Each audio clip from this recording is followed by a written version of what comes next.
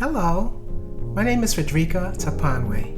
Welcome to my podcast, Debunking the Myth of a Superwoman. In today's episode, I will be having a conversation with my daughter about how I showed up as a supermom unscathed and how that looked through the lens of my daughter. Come on and join the conversation.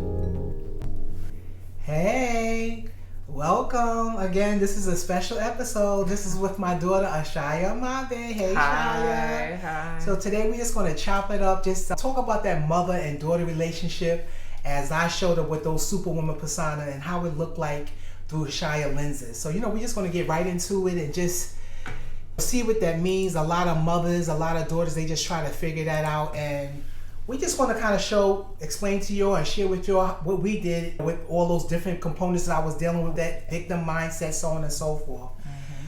So basically, Shaya, just so proud of you just being here. I mean, we come a long way. We always talk about how far both me and you have come being a single mom, and we just want to be authentic. I'm all about being authentic. So I just wanted to know, what was your experience in just having a mother appearing unscathed, just showing up like nothing was wrong with me when a lot was going on? Yeah. Well, first I want to say I'm happy to be here. Thanks for having me. And I'm very proud of what you're doing. I think this is so important, not only for you, in your process, but I think just for mother and daughter relationships all around, to have a space that we could talk about it and dissect it. So what is my experience about having a mother unscathed? I think I normalized just not feeling emotions, and when I felt emotions, I really thought something was wrong with me. Also, too, I really admired the fact that you were so strong, and I talk to people about this too, but not only were you strong, but I was growing up in the 90s, 2000s, where like that was the norm of the woman. Like the music was like about being empowered and like not crying and not letting a man take advantage of you and not feeling bad and all this stuff. So it wasn't even just you. It was just like my whole world during that time was to be this strong, non-emotional woman. And I'm very emotional. I cry so easily. So I was really feeling like, damn, like I must be like made wrong. Like something is wrong with me. And at the time, I didn't really see it as like, I admired you for that. I didn't even see it as like, wow, because my mom's not crying, I'm messed up. I really was like, damn, I wish I could be more like her. I thought it was a valuable attribute of a woman. Yeah. So at that time, during that time in your younger life, you didn't realize that I was even going through any kind of pain? No. Wow. I truly thought, especially until you told me as an adult, but I truly just thought like you didn't cry. I thought you never got sad. I thought you just kind of took everything on the chin and just moved along. Wow. So I was trying to find a way to be like you, to do that. Wow. And again, just to recap, for those of you who haven't heard my episode Healing Beyond Trauma and Grief in episode 1, I basically was talking about how when I had, was emotional, when I was feeling bad because I lost my husband when Shai was 6 months old, I would retreat to my basement and cry because I didn't want my daughter here. I'm thinking, okay, I wanted to show up a certain way because I didn't want my daughter to feel bad that I was crying, because again, when I realized that I was mimicking my mother's survival tactics. My mother showed the same way in front of me. She showed up unscathed. She showed up like everything was fine. And she was dealing with so much. I'm curious. So what did you think was the worst case scenario if I would have saw you crying? You know what? If you asked that question, I probably thought back then that you just was going to feel so bad. Like you just was going to have a hard time because you already lost your father. So I guess I thought that if you saw your mother cry, that would just add more of an emotional burden on you. Honestly, probably really nothing. Now that I think about it, probably nothing really wouldn't have happened that we couldn't have handled. But I just probably thought in my mind that, she lost her father. So I didn't want to put any extra burden on her by seeing her mother crying, then just having that emotional toll on you. Yeah, and meanwhile, it turned out that, I don't want to say that it was completely emotionless for me, but I had no real feelings of loss about losing my father because I never knew him. Right. So the whole time, I think you were thinking about that situation from your perspective as an adult. Absolutely. But I was a child who was 6 months old. I had no idea of the gravity of this person and who they meant to me and who they were. So excuse me, even when I was growing up, I felt bad that everybody would be talking to me about how great this person was and how much we look alike and how we're similar, and I had no context of who this person was because I was so young. So if anything, I felt like more of a disconnect. Like I feel like I would have understood more if you told me why you were crying about this person that you loved and that you were married to. I feel like that would have actually made more sense to me. Oh, well, yeah, my mom is sad about that. But I think that, again, that kind of perpetuates the idea of being strong. I'm like, well, if my mother was married to this man and she never talks about him and she never cries, you know, if she could get over that, then he's insignificant, right? Yeah, or it also felt like if she could get over that, then why am I crying that, you know, this boy broke up with me? Right. Or like that I failed the test, or that like I'm not able to do this thing that's really challenging. So I think I'm glad we spoke about that, because it goes to show like what you're thinking in your head, you know, with your best intentions is not necessarily what's happening. So I'm gonna just piggyback. You had mentioned something like, you said, well, if my mother's not crying over this man, her husband, my father, so how did me showing up in your how did that show up in your relationship? You know what I'm saying? Like with your friends, or you mean with your boyfriends? Like, did you feel like, okay, I'm not gonna be crying, you know, get over it or whatever? Yeah. Did that affect your decisions? Yes, definitely. In all my relationships, but I've always, and again, it makes so much sense now, but you know, I'm a Scorpio, so you can do what you want with that information. But I love love. I love being in love. I love romance. I love, you know, I'm very much a romantic, and I have been since I was young. And I feel like I always, when I was in relationships, I wanted to give it like a last fighting chance and like all this stuff. And so even though my personality really wanted to talk about something or let somebody know how they hurt my feelings, I was constantly in my head like, that is so weak, like don't do that, like you're gonna look weak, that's embarrassing, don't put yourself out there, don't, you know. And I would try to convince myself to just, you know, cut relationships off at the arm, like just be done. And I was having two conflicts because I really didn't want to end it that way, and I was upset that it was ending. So yeah, that's something that I tapped into recently, just kind of like owning my process and owning, you know, my emotions, however they look like. They don't really have to look like anybody else's, they're mine.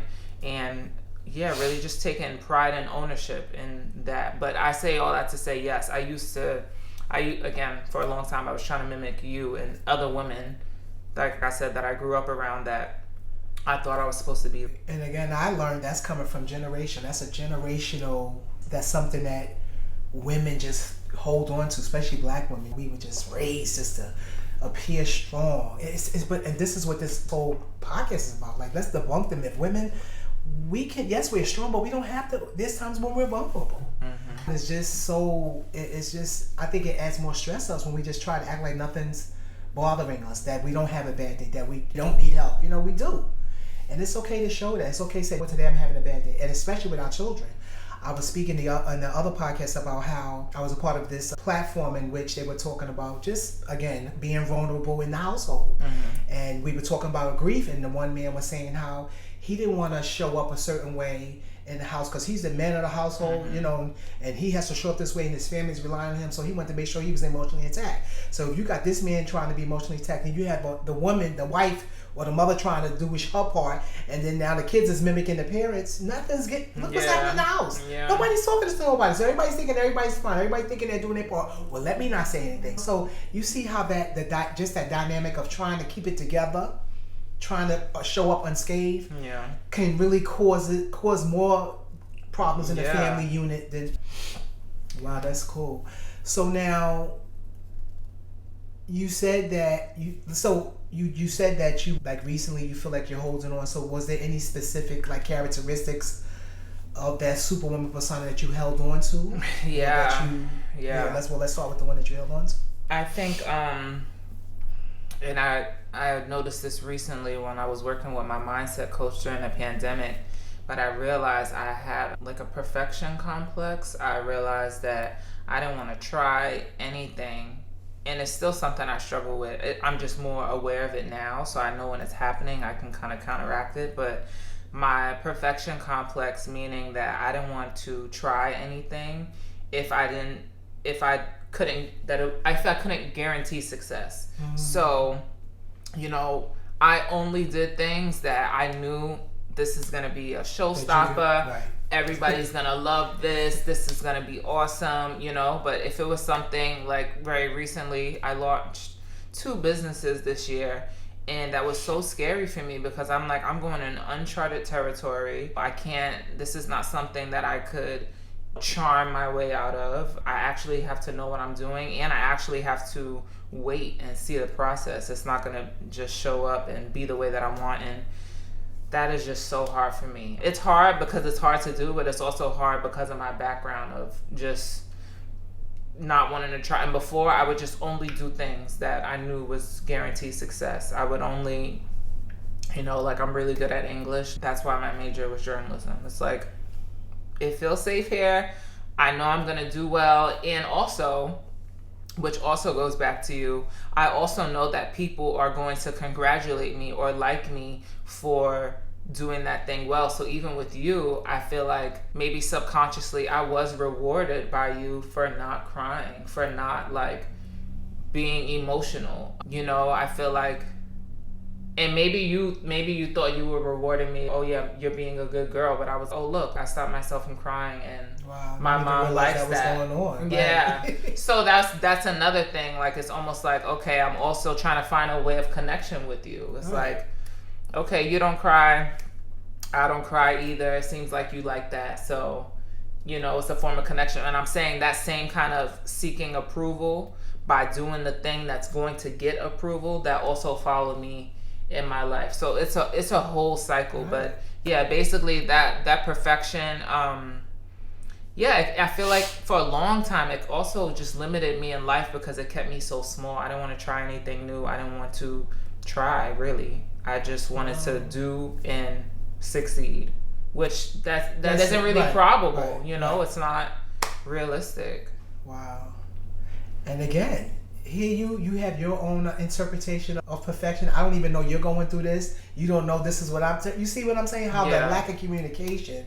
So that's one thing, as we see now, like we can just share with you, it's so important just to talk through whatever it is that's going on in your house. Mom talk through, dad talk through to your children, and children speak to your parents. But again, look what Shai just said. She's thinking she's showing up a certain way. She's thinking she's getting my approval. I don't even realize she's what she's doing, and vice versa. So wow, that's with yeah, that. Right? I think there should, because obviously we're having a conversation now, and obviously everything could be repaired, but I think it is helpful to have those conversations in real time, you know, and it's gonna be difficult, but it's gonna be difficult anyway, right? So we might as well have the conversation sooner than later to also like prevent bad habits from being made. That, because again, like now I'm unworking those things in my adulthood, and you know, everything happens for a reason, but it is challenging.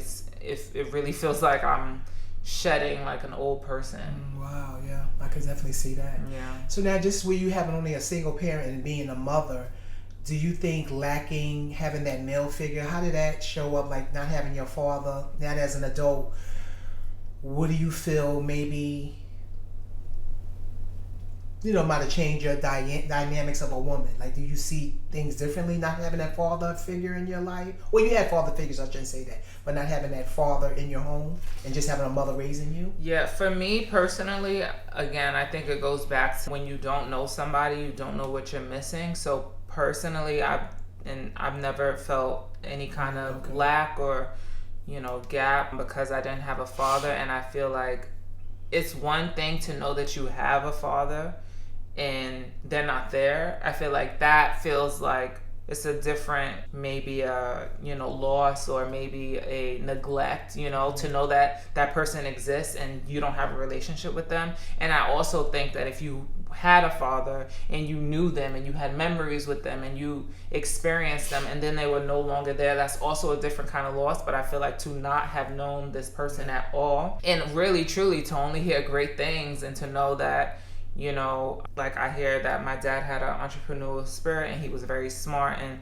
to see those things manifest in me, I'm like, okay, that's great. You know, that I feel like it's easy to romanticize it, is what I'm saying, to just see all the best things. But what I will say is because you were a single mother, I feel like that also gave me a lot of opportunity to create my own narrative, because I came from a clean slate where I didn't really see, you know, a bad relationship. I didn't necessarily see a good relationship. I just feel like I was able to write my own story.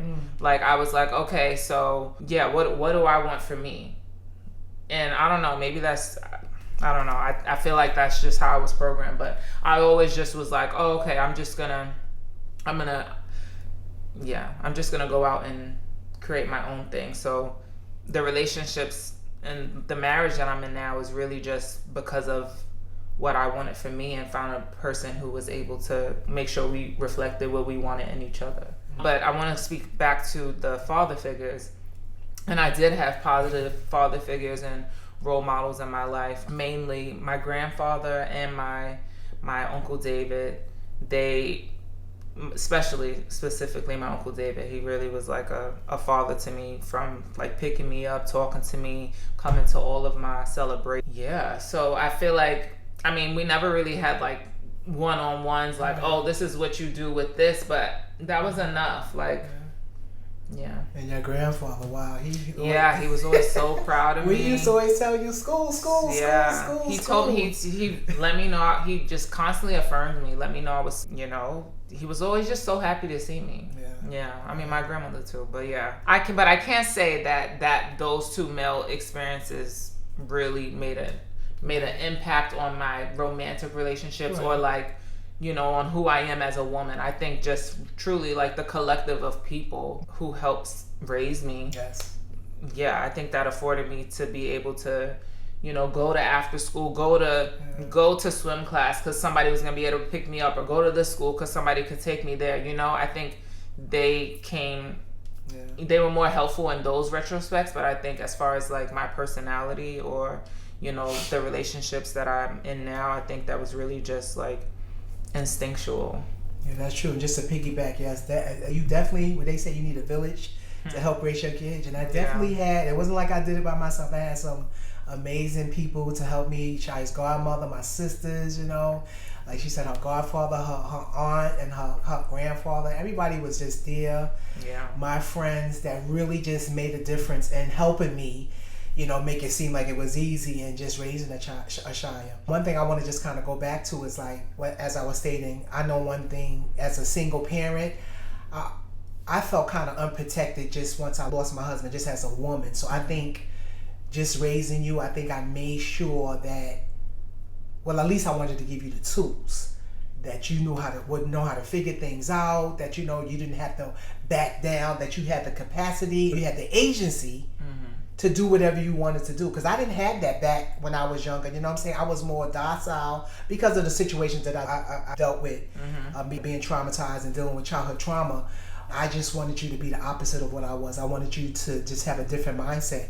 And that's one thing mothers need to know, just parents in general. We have to be very careful on what we're instilling in our children, because remember, if we don't get that help, if we don't take care of that wounded younger individual who went through all that trauma, we're going to raise our children with that negative mindset, those negative lenses, okay? So that we're going to do more harm to our children than not. So we just have to have an open dialogue, and we just have to be, just again, allow people to input, and of course positive individuals to input into that relationship, because there might be some things that I might have been telling my daughter, but because I was open to allowing people to correct me, it kind of just helped the flow a little better. Again, nobody's perfect here. I definitely wasn't perfect, but what I'm saying, as an adult, it's so important, parents, that we just take a look that we're raising our children, but if we didn't get the help and get delivered from our past traumas, we can be raising them children with a negative and incorrect mindset and lenses. So again, I was just explaining to you how raising a child with those negative untapped components can be detrimental to the child. So let's just talk about you as an adult. How do you deal with pain? Yeah, I think it's difficult. I think I still am dealing with how to be vulnerable with others. I feel like it's easier for me to be vulnerable after the fact, right? It's easier for me to be like, oh yeah, I had a bad day. I had a bad day last week, or, I could share my experiences about how there was a time when I was down and out, let's say. But I feel like in real time, I still have a hard time just letting people outright, know. Just outright. Just like, I'm having a bad day. I'm not feeling good. Yeah. And I think that's truly like the childhood part really comes into it, that I'm still trying to fight off. It's like I have to fight off in real time. Not only did I not see this, I'm not used to doing it. So it's really hard for me. But I try my best to journal, and it's really hard for me to talk to other people about it in real time too, because I just feel judged. I feel ashamed. I feel like I shouldn't. Not only should I not be feeling this way because of whatever the scenario is, I'm ashamed that I have to share it with you, because it's like everybody's going through stuff, but I'm the one who feels like they have to tell somebody that I'm going through stuff. So just the shame around the whole thing, and I know that doesn't help, but that's what I'm trying to work on. So as of now, I try to journal and listen to podcasts or read a book, but I'm trying not to. I like journaling because it allows me to focus on what's happening, because sometimes when I listen to podcasts, it's more of a distraction and it kind of pushes it to the back, but it's still there. So it's gonna make its way back to the front. So I mean, it's really something I'm still working it out, but I would say, just talking to the people that I really trust that aren't going to judge me, like you and my husband. So you're able to cry in front of your husband, like, oh, I'm having, this is what's going on. Yeah, and I'm able to do it. I still doesn't feel good, and I let him know, like, listen, I'm not comfortable doing this, and this doesn't feel good to me, but again, he's already shown 1,001% that he's there for me. He's not going to judge me, so I do it, but I'm still working on not judging myself for doing it. Now that you're an adult, like I said, I mimic a lot of my mother's like coping mechanisms. Do you feel sometimes when you want to come to me, you really don't want to tell me because now you don't want to upset me, right? Like you don't want to tell me so much. Like I think there's been times where you say, well, I didn't really want to overload you. And I'm like, what? You see what I'm saying? So do you feel like there's another kind of cycle changing because now you're older, now you want to take care of my emotions? Yeah, I mean, I also just think it's natural. I mean, I'm not a mom yet, but I think it's natural. I'm assuming that if I come to you crying, you're just going to want to solve it, right? Right. So sometimes I'm like, I'm not looking for you to solve my problem. I just want to talk. I just want a place that I could come, let this be a safe space. And I feel like it's difficult to ask that of you. It's difficult for you to hear me crying and saying, oh my gosh, this is so hard. I don't know how I'm going to deal with this. And then you not Well, you assume that though, but like I said, again, we don't want to get back into, and I think that's something that we just naturally do. You're just assuming, oh, I don't want to tell my mom. So you're not trying to solve it? I think I'm not trying to solve it, but I still will want you to come and tell me. Do not come not tell me and say, because you're thinking, oh my God, this is too much for my mother, or I don't want my mother to feel sorry, just. No, I didn't say that. I said I think that you would try to solve it for me, which I don't want you to solve it. As a mother. I really don't know. I think it's a case by case situation, or depends. And that's what I'm saying. I think that's the part that's hard to do. It's like, how are you gonna come here?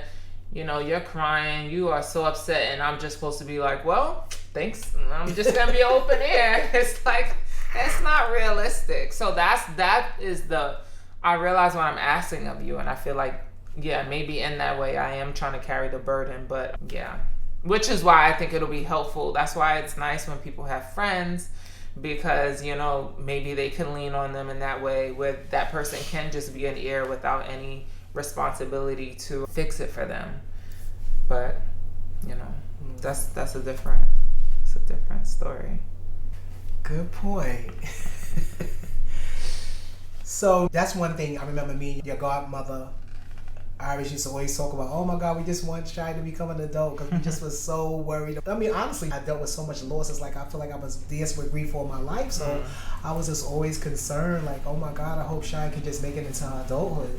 So now that you made it into this adulthood, it's like such a big weight off my shoulder. But I guess you're not worried about you in a different way. But again, I'm just happy that what you have become. I'm happy you're in a place, and again, like God has been with us, and when we thinking that, oh my God, we're such in a horrible situation, but We found a way to make it work. I don't know if you can remember, but I used to tell you, listen, Shy, it's just me and you right now. Yeah. I'm going to get it wrong. You know, this is my first time being the mother of a 15-year-old. I tell This is my first time being the mother of a 16-year-old, because I really didn't know. So I just wanted to let her know, like, I'm the one making decisions. Some of them might be wrong, but this is what it is, you know? Yeah, I tell mothers that I know to use that. I tell them that was one of the helpful things they used to say to me that I really couldn't argue about. But yeah, you used to say, yeah, this is my first time being a mother of a 13-year-old, and especially being an only child. It was true, and I had empathy for you. I was like, damn, she's right. All right. You know, I can't be too hard on her on this situation. But I think even those little nuggets, like, I feel like it found a way for me to humanize you, like, as a person and not just as a mother. Because now that I'm an adult, I realize that for a long time, I just thought you came out the womb as a mother. Like, not even as a human.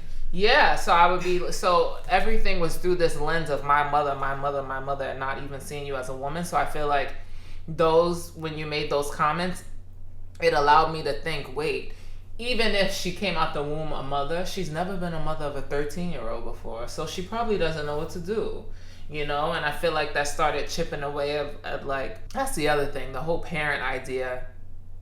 When we play into that perfection, it allows children to believe even more that their parents are perfect, because not only do we already think that you're perfect because we know nothing else, you constantly show up as perfect. So it's kind of, you know, that whole cycle. But yeah, that was one that I was like, oh, maybe she's not, maybe she's figuring it out. Right, because I definitely was. And another thing, I would and you parents can use it if it works for you. I was 5'11" when I was like 16, so I knew you was going to be tall. Your father's African, so I knew you was going to be dark, and I just used the things that was going on in society, and I said, well, I'm going to make sure my daughter's able to, because, you know, children deal with so many different things, bullying, low self-esteem, and stuff like that. So what helped you as far as some of the things? Do you remember, like, some of the things I would instill in you? Like, remember we used to play the game, like, let me see how high you can reach, just to make sure you be proud of you being tall. Yeah, I don't remember games like that, but I remember you would just always, you were really good at affirming me. I remember you would tell me that my skin complexion was so pretty and that you wish you had my skin complexion. And you would even say, and it wasn't just something that you said, like there were pictures of dark-skinned women in the house, and like you would give me, I remember you gave me this Alec Weck book one time, and I don't even think it was like, you want to be a model. I think it was, how I took it was more like, look at this dark-skinned, beautiful black woman, and she has a book, you know, and the fact that you sought it out and gave it to me. Mm-hmm. But yeah, I remember you always say like, my Aunt Gifty was so beautiful. So then there was like people around me who weren't just famous or doing something. It was, I feel like it was affirmed in every way that my skin complexion was beautiful. So thankfully, I never really had a moment of, well, I don't want to say a moment. I haven't really had like an insecure time with that. I remember one time I went to a new school that was like predominantly white, and there was a couple of dark-skinned girls in the class, and because that dark-skinned girl wasn't being affirmed, I remember she tried to make me feel bad about my skin complexion. So there was like a week or two that I was feeling bad, and I remember specifically you had picked me up from school, and I was kind of like drooping, and when we got out the car, you were like, you have to stand like this, like stand and walk, be proud of your height, be proud of who you are, like, wow. Yeah, and you kind of like stood like that. You stood like that and like walked to the door, and I remember watching you. Oh, okay. And I remember being like, okay. Yeah, so the fact that you called it out, because I didn't tell you out loud, like, oh, this girl, you know, made me feel bad. But the fact that you saw something in me and you called it out, I think you were really good at that when it came to self-esteem. I think when you saw something, when you saw something, you called it out, and if you knew it was going to be a thing, you kind of was ahead of it. So you did a really good job with that. Thank you. Well, I didn't even realize I was doing that, but I just know how it's so important. I know a lot of women just deal with that low self-esteem, and again, if the mother's doesn't feel affirmed in herself, how is that going to look for her daughters or even the son? I mean, you know, the parents, we really have to be just be mindful on how we're showing up for our children. And guess what? If we don't take care of ourselves, the kids are mimicking us. The children are seeing us. They might don't say anything. As you see what Shai said earlier, it's her interpretation. And I didn't even realize she was interpreting my ways. Again, it wasn't healthy. Thank God that I kept communicating with her. We was able to kind of figure it out. But I just want to just remind the parents, it's so important. It's so important to affirm your children. There's so much outside distractions out here, especially with social media. And a lot of children are being affirmed in negative ways. Games and just whatever. Whatever's in front of them is not necessarily the best way, the best copycat. So we have to just remind our children, they don't have to be that to feel affirmed or to be valued, to be wanted. Yeah, and I think to be included. I think another point too is, just realizing like however your emotions come up for you, or however your emotions come up for your child, like even though it might be annoying while they're doing it as toddlers, or they might, be yelling and screaming, I think it's important to find a way that you can connect with them. Because even from young, right, if you're constantly telling the kids, stop crying, stop crying, stop crying, who knows how that can manifest in their life as teenagers, as this. So I think it's more important to get to communication. And I know that, like I said, understand that's difficult to do when you're a child, when you feel like your toddler is just acting up. But I feel like we have to speak the same language. We have to find a way to figure out what are they trying to express. Like, do you do this? Is this kid responding this way because they think that they're being left behind, or they're being abandoned, or they're not getting attention? And then once you find out those things, then we could actually talk to the root of the problem. The whole point, I think, the communication between parents and children, that'll help. Because like you said, when you gave that example of the mom's doing this thing and the dad's doing this thing, if everybody has their own situation of what's happening, nobody's talking, that's kind of how everybody creates their own emotional dynamic that isn't really helpful to anybody else. So yeah, that's important. That was a really good point.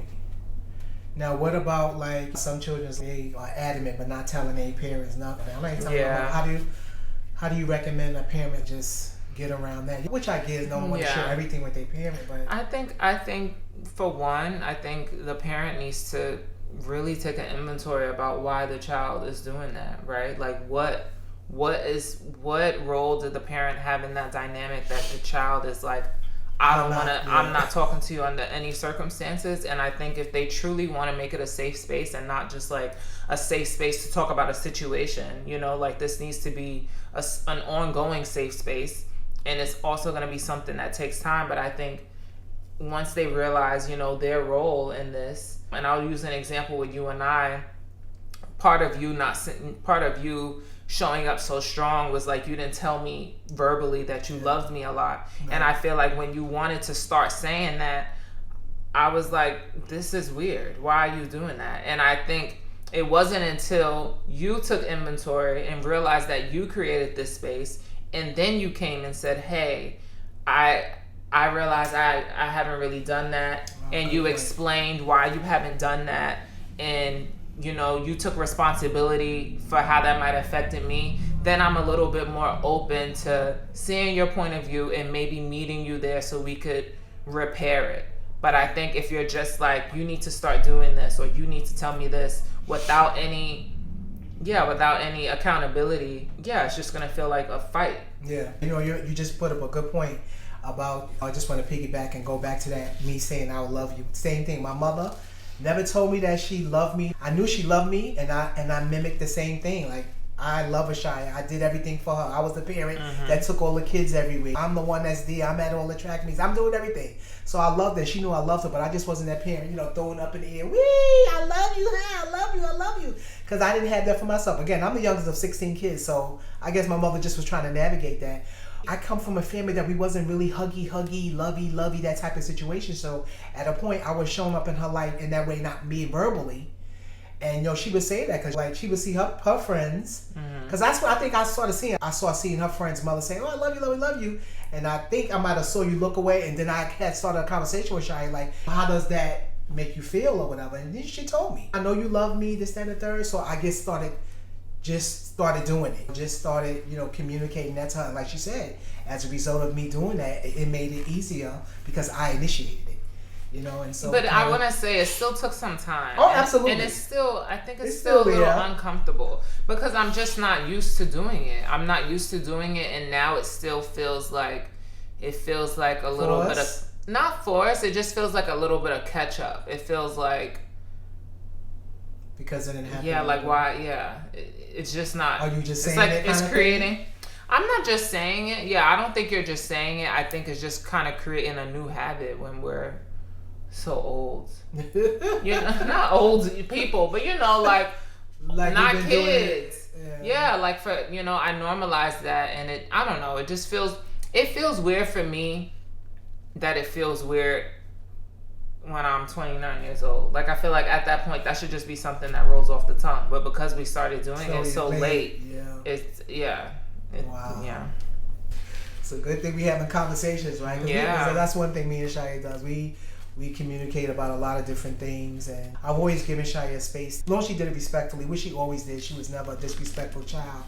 But I always just gave her the space to just talk about what's showing up for her, and I've learned a lot from it. And that's another thing I think a lot of parents have a hard time just because they're in that parental role. Mm-hmm. They thinking, no, you listen to me. Yeah. Like children they have some gems, you know, and I've learned a lot from you, and I've told you that before. I've learned a lot, and I thank you just for sharing with me and pushing me. Like my daughter I'm showing up here like this because my daughter encourages me. She reminds me, you can do anything, and anything I don't know, I'll ask her, but then she'll tell me, okay, this is how you look it up. So, you know, you have really just pushed me beyond my comfort zone. I just appreciate that, you know, because I just feel like I would have been stagnant or maybe just going into this, perfection thing. So I'm glad that I just have you just to constantly remind me, just to show up, do it afraid, and we'll figure it out along the way. And thank you for being my mother, and the level of joy. Just the level of commitment, because at the end of the day, even if you didn't know, what you were doing, you were committed to figuring it out. And I never felt like, you didn't put your all into me. I always felt like you gave it 150%. And I always knew that even in your hiccups, I always knew that your intentions were really to have the best for me. And I realized that, and it's truly inspiring. I can't wait to be a mother and have you be a grandmother to instill that in my children. But also just thank you for now being that safe space that I could come to while I'm trying to figure it out, and also letting me know I don't have to show up perfect, especially not with you, and I could come to you and share my shortcomings, and we could figure this out together. Although we're not having the same problem at the same time, we have our things that we're trying to work on. That's a good point, Shai. And that's another thing, parents. Don't think just because you went through it or just because that was your mindset, don't necessarily mean that your child will go through the same thing or have that different mindset. Because our children are exposed to different things. Yeah. But so tell us about what you're doing now. What have you become just after you graduated and got married? So what are you doing now? Yeah. Like, share with everybody. So I work as a commercial model, meaning that I work in advertisements, commercials, and just representing brands. Cool. And I also work as a freelance digital designer. So I create websites, I create media decks, digital assets, social media posts, wallpapers, screensavers, and all of that is really just a means of my expression. I've always been pretty creative. That's true. Love, And I found a way to do it on my own terms. So that's been fun. And of course, in between, like, I'm a daughter, I'm a wife, and I'm outside enjoying New York City, sharing my version of my life through my world. I'm having a lot of fun, I will say. Yeah, cool. And I'm definitely having fun having an adult daughter. So we do a lot of things. We have Mother Day, and we do crazy things. But again, it's just a part of us just making memories and just taking life one day at a time as we follow the purpose that God has for us. So Shia has been awesome. Yes, okay, I'm sure there's gonna be a part 2 because I'm sure once we get to hearing the response from the individual, they'll probably, and feel free. Anything else you want to hear, let us know. Yeah, we love to do more. Yeah, we definitely would mind doing a part 2 of the mother-daughter conversation. Yeah. So again, thanks for showing up and just continue on this journey, y'all. It has been a joy. I'm glad I showed up. And Shia, just continue just doing what you're doing. Continue to being a role model. Thank you. For so many, young women your age. And, Thank you. God bless. Take care, y'all. Bye. Please like, share, and subscribe on my YouTube channel and on my podcast page. Thank you. Take care and go light up the world.